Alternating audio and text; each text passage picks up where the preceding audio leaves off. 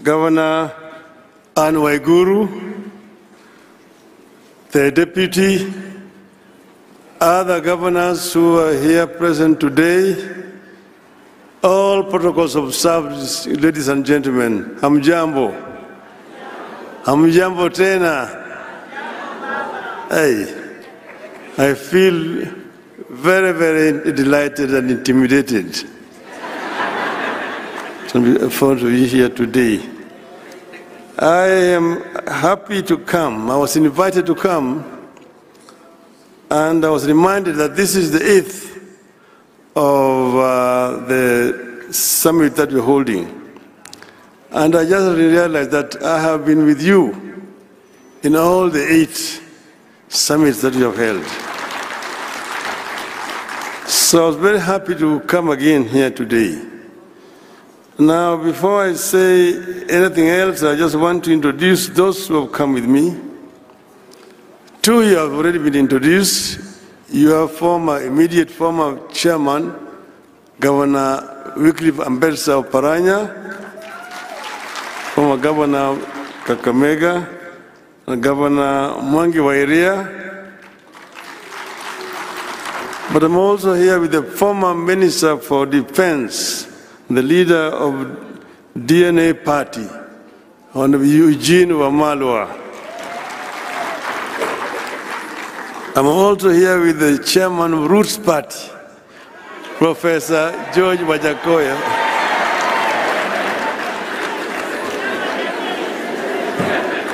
Those are Wanazimio who have accompanied me to come here.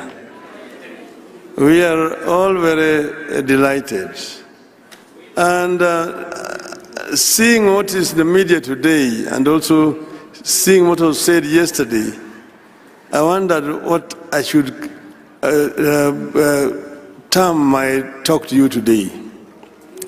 I looked at all the messages were given yesterday, and I said, maybe, Swahili say that nyani haoni kundule. That means that baboon does not see its back or its buttocks. So when the baboons are up on the tree, the one which is lower down looks at the one which is higher up and saying, ngef, ngef. And laughs at the other one saying that his buttocks are red. And he does not know that his buttocks are also red. This is what I saw yesterday. And maybe when I talk, you would realize what I mean. It is a pleasure to be here with you today to celebrate a decade of devolution. I want to take this early opportunity to commend the Council of Governors. You have been able to find a way around our sometimes toxic and divisive politics. You have been able to create a leadership that looks past party and political differences and moves you forward as a team. I commend you for your ability to mend fences and build bridges. I want to encourage you to continue on this path of consensus building, mutual respect, and decorum. 10 years into devolution, Kenya is a much transformed landscape with an amazing opportunity for rural economic revival and transformation. There is now economic life in rural areas. Some previously dead towns and market centers are beaming with the life after devolution. The prospect of Kenyans taking charge of their destiny and driving their own development is alive today because of devolution. A new middle class, whose members have not stepped into any major city in Kenya, is rising in the villages across Kenya, thanks to devolution. Devolution's success is a success story. It's a testimony to what we can achieve as a nation when we decide to pursue big dreams no matter how daunting the obstacles may seem. As a country, we must congratulate ourselves for having endorsed devolution 13 years ago. And we must always remember it was not an easy victory. When we first unveiled devolution as a campaign platform in 2007 election, the proponents, including yours truly, were vilified and accused of planning to break Kenya up. We stood our ground and pushed devolution into every political conversation in Kenya, and we won.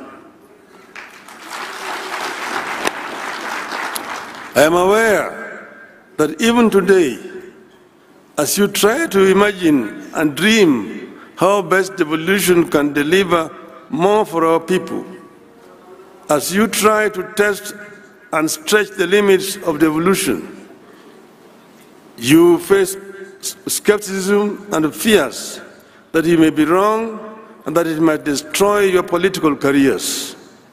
My advice is that you dream on and soldier on. And I know that anybody who decides to go and run as a governor is himself already convinced that devolution can work.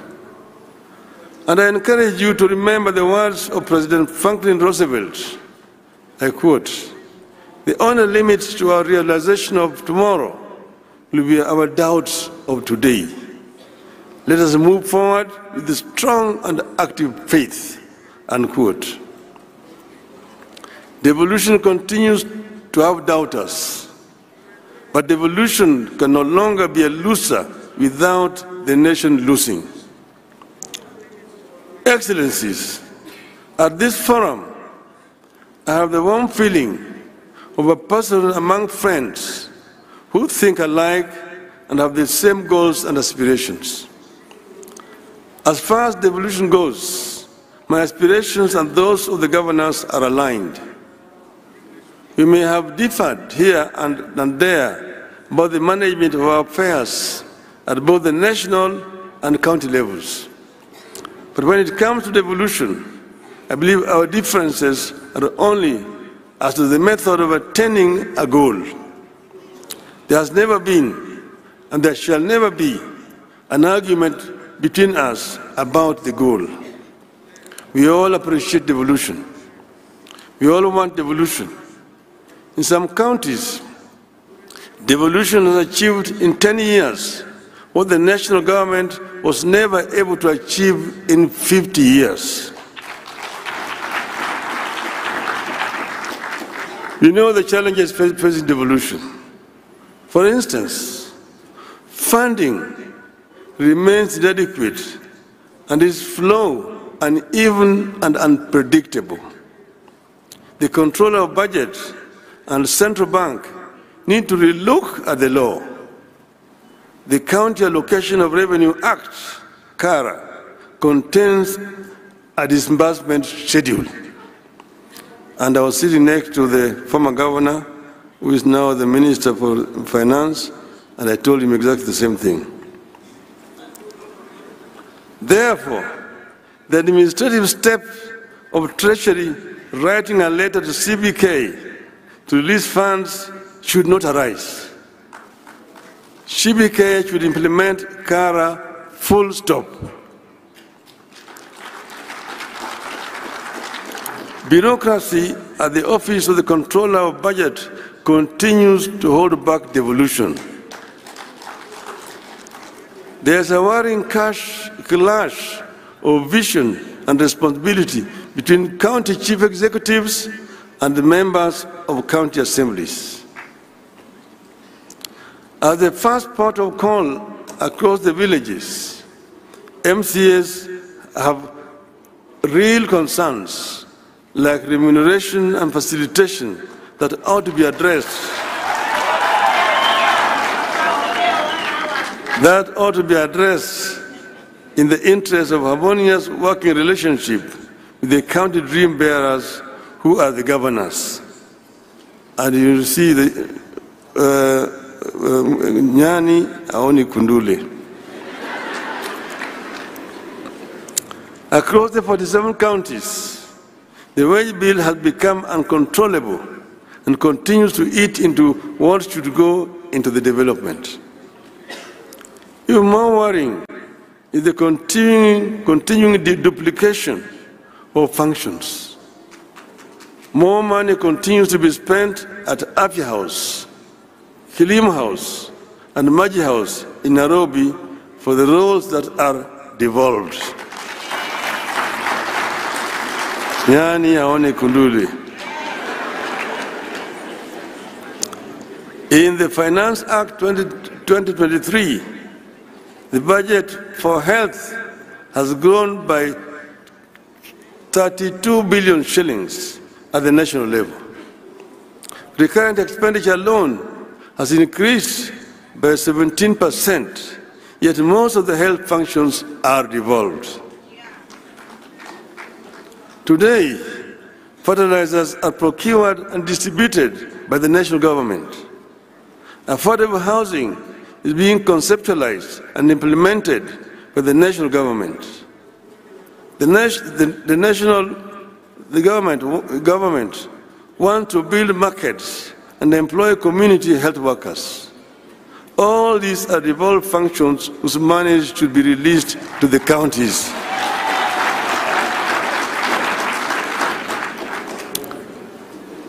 Ten years into devolution, this tug of war between the counties and the national government needs to come to an end. In this tug of war, the Commission of Revenue Allocation continues to be ignored, making revenue sharing between national and county governments and among counties uneven and more political than professional. Nyani haoni kuduli. As we castigate the national government, let us worry over devolved corruption. Oversight seems concentrated at the national level, while the graft stalks devolution at every turn. The interplay between oversight institutions like the county assemblies, Auditor General, the Senate, and the investigative and prosecutorial arms is weak, and the institutions not working together. But I want to say that it's not only that the corruption has been devolved, corruption has also remained very big at the national level. So the national level has no business talking to you about devolved corruption. When assemblies and the Senate inquire into a matter, the best they can do is recommend investigation. When investigators complete their work, the best they can do is to recommend prosecution. And there is, of course, no guarantee that the courts will punish the wrongdoers. Let us address these man-made challenges once and for all, so that we can unleash the full transformative capacities of our counties. We need a constant and consistent monitoring of all laws governing devolution to ensure their implementation and to add statutes whenever they are needed. Your Excellencies, ladies and gentlemen, we meet at a time our country is facing real grave threats. This is a reality check backed by government data. The economy is struggling. Our national currency is severely weakened. The shilling has fallen by 10% since March this year. Our people have been hit hard by punitive taxes and consequent rise in the cost of living. We have runaway unemployment. Our healthcare system is broken. We face challenges with food security at a time climate change is turning everything upside down. From farming to healthcare to provision of water and infrastructure, nothing is the same or predictable anymore. Unfortunately for governors, you are stationed where the desperation, the need, and the expectations are highest. That is, at the grassroots, where people want instant solutions. I believe that as a country, we are lucky to be going through these challenges in the era of devolution. I believe that if county governments were not here to absorb some of the shock and act as cushion, the economic and governance challenges Kenya is going through today would have overwhelmed and overrun the national government.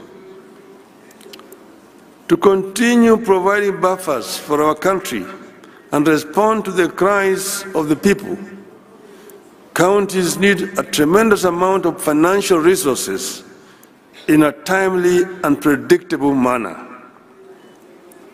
The national government, therefore, needs to understand and appreciate counties as necessary partners in the journey for a successful Kenya. The problems and responsibilities the people and the counties face today demand that we reevaluate and strengthen our commitment to preserve the place of the county government and bestow it with the power, the authority, the responsibilities, and the revenues necessary to discharge those roles and meet expectations. In times like these, county government may be tempted to do what the national government is doing, which is to increase charges for services they provide to generate more revenue. And I was listening to the talk about its own revenue. I see it differently.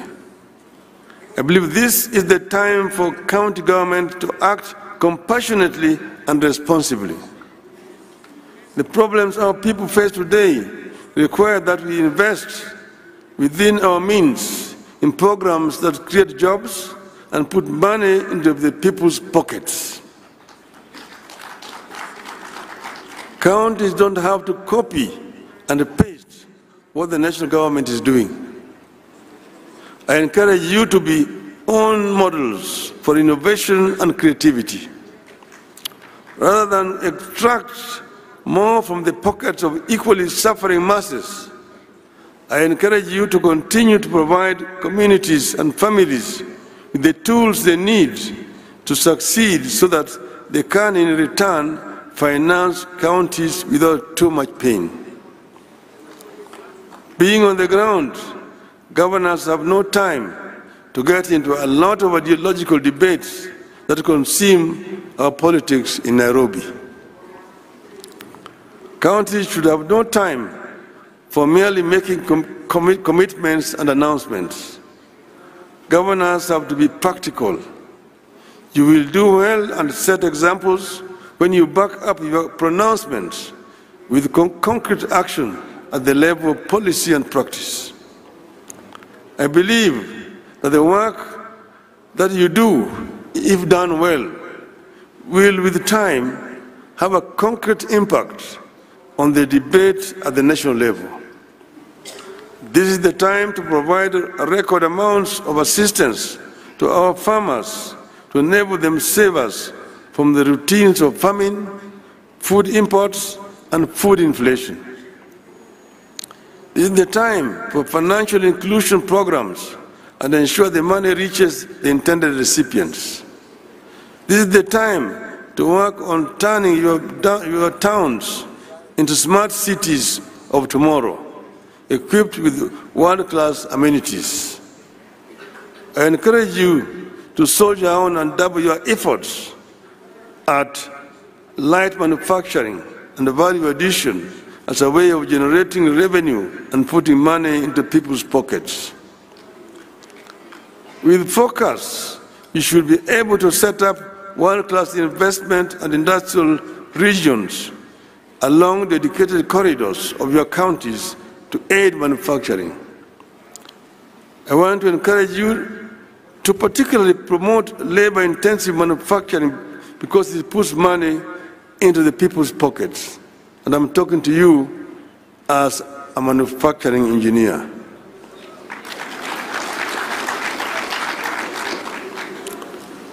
Put focus on building infrastructure, including roads, electricity, and water and farm irrigation. This will yield returns. We have to ensure that our policies are predictable and tax regimes stable. Ease of doing business in your counties must therefore be a prime concern. Investors need the assurance that the rules of engagement are the easiest that can be. Remove bureaucracy. With such clarity, you will be able to create employment opportunities, encourage enterprise, and to create a bigger job market for our youth, widening your base for revenue. I believe it is time, again within your means, to allocate some of the money from own revenue to a cash transfer program to help protect the poor at the grassroots. I want to encourage you to continue with cooperation between counties. At the same time, however, we need a competitive element among counties to prevent the temptation to just maintain the status quo. Let us compete even as you cooperate. Finally, ladies and gentlemen, I want to disclose to you a reality slowly taking shape in our country, but which many of us, including the governors, may not notice. While national politicians may be getting all the attention, the action of translating policies into improvement of livelihoods is actually being determined by governors, county assemblies, and county governments. I see immense possibility for our county-driven growth and leadership in our country. I see potential for a county-driven quantum leap in our country.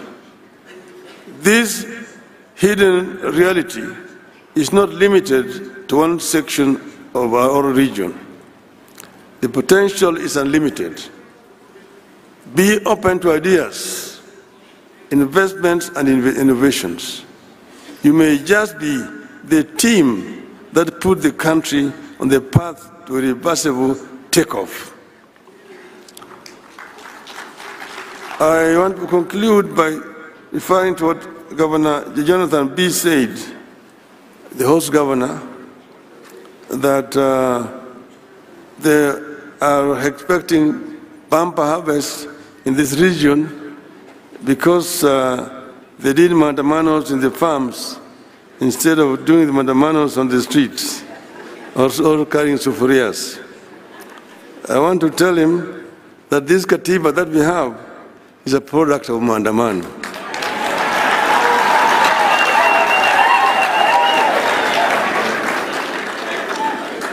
And I also want to remind that if mandamano can help families whose children were cheated or money being taken to Finland, there's nothing wrong with mandamano.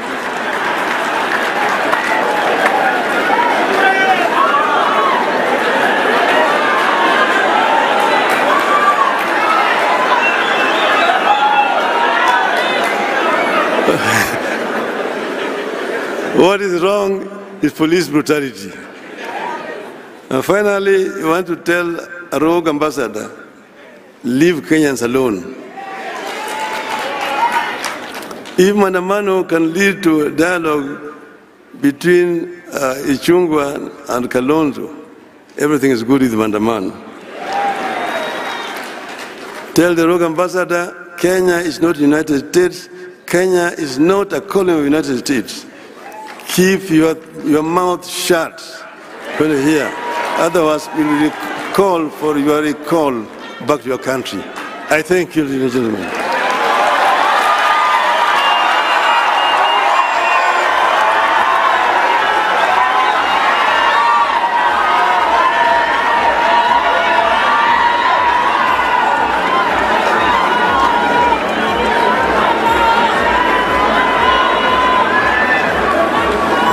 Thank you very much. Another round of applause, please, for the former Prime Minister, Right Honorable Raila Odinga.